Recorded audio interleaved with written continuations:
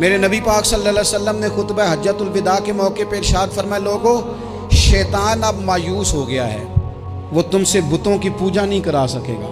हाँ, वो तुम्हें छोटे छोटे गुनाहों में मुब्तला करेगा, वो तुमसे छोटे छोटे ऐब कराएगा, तुम समझोगे ये तो गलती कोई नहीं। फरमाया उससे बच के रहना।